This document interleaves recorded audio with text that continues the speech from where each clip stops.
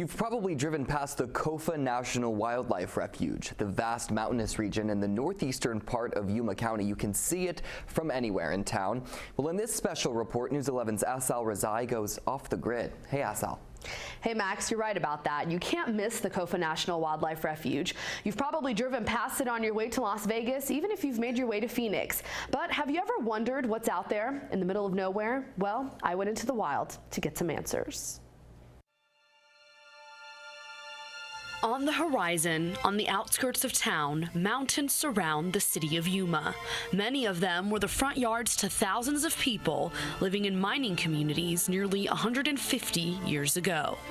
During much of the 20th century, what is now the Kofa National Wildlife Refuge was once the biggest scene for mining in the state of Arizona. By 1864, nearly 100 mines were active there, coining the term King of Arizona Mine. Fast forward to today, a vast mountainous desert now remains the area's most well-known wildlife refuge. Closest to Quartzsite lives Ron Kearns, a retired Kofa biologist.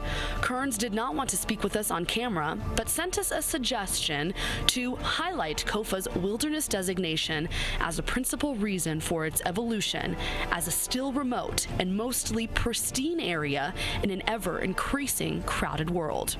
In the richest and most historical part of the refuge sits what remains of the Rob Roy mine, now owned by 90-year-old Doc Burdock. It's run by caretaker David Jones, who has lived there since 1980 and spends most of his days in isolation taking care of the property. Nearly a 3-hour drive into the refuge, it's rare he has any contact with the outside world. In the southern corner of the refuge lives a woman by the name of Sandra Lawson.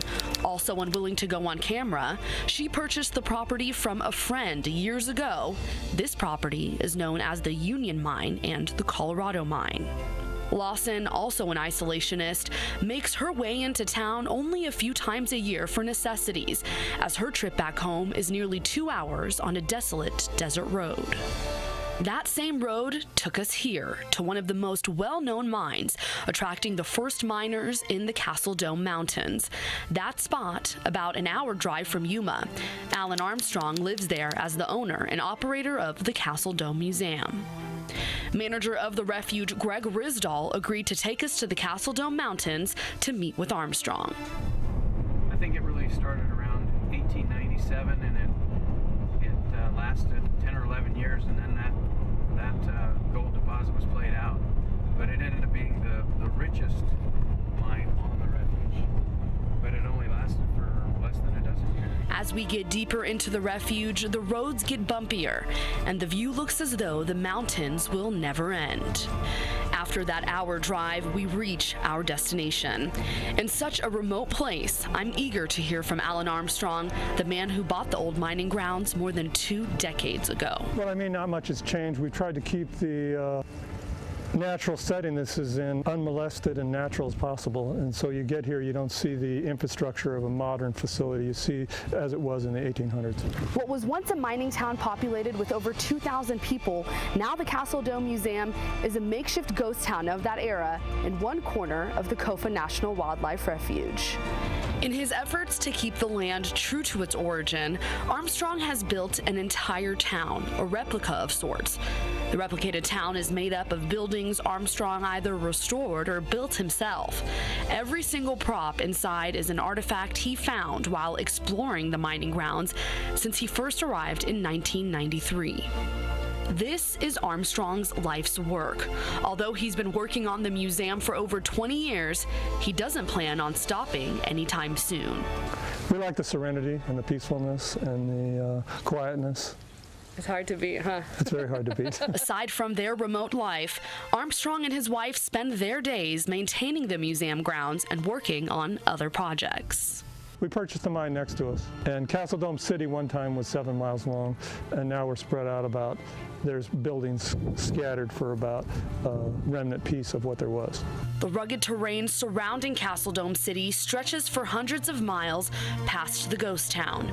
During scorching Arizona summers, exploring the refuge can be deadly. People have come out here in the summer and had bad consequences. Efforts to maintain and preserve the wildlife refuge are ongoing, as COFA has the second largest amount of wilderness acres of any refuge in the lower 48 states. Now, Armstrong, along with the others who live in remote parts of COFA, cherish the wilderness and the quality of life which comes with living off the grid. Max. Wow, what an interesting piece. I do have a couple of questions for you. You were talking about how this was all built from hand by Alan Armstrong, and everything he found was from some part of the refuge. Can you tell me a little bit about how he found some of those clothes and cups and stuff, other things that he found in there? Yeah, Max, and you know, there's a time limit on these things, so it's hard to get all of that stuff in there, but you know what?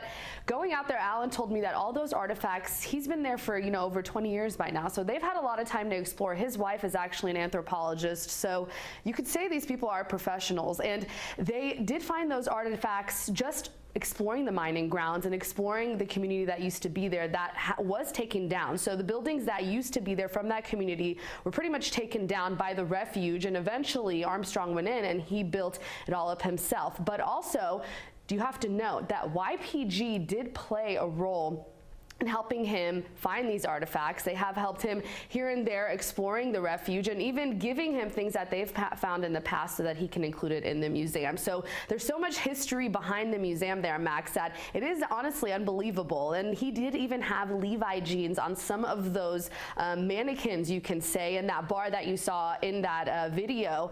Those Levi jeans are from the 1800s. He found the patches of them. He put some of them together. So much time, so much intricate detail and all of the things in that museum. Wow, and this is at the Castle Dome Museum, correct? That's right, and Alan said that during the wintertime, Max, they have about 100 people a day that visit that museum. So during the summertime, like he said, it is dangerous to go out there, and they don't, encourage people to try to do so. If you're going out there in just a regular sedan, it'll be hard. You need something with a four-wheel drive or a truck or something like that. So in the wintertime, when we do have all those winter visitors here, a lot of people do venture out and go explore. There's a huge sign on 95 right past YPG that says Castle Dome Museum. So it's not like you can miss the sign or it's just tucked away back there. It's something that is well known. A lot of people do know about the museum, but it is limited as far as the time of the year goes to visit it. So right now, Alan said it's their high season up until now, until February. They get about 100, 150 people a day. Wow, very fascinating. Thank you for that. I definitely think I want to go up there and check it out on my own. Yeah. Asal, thank you so much.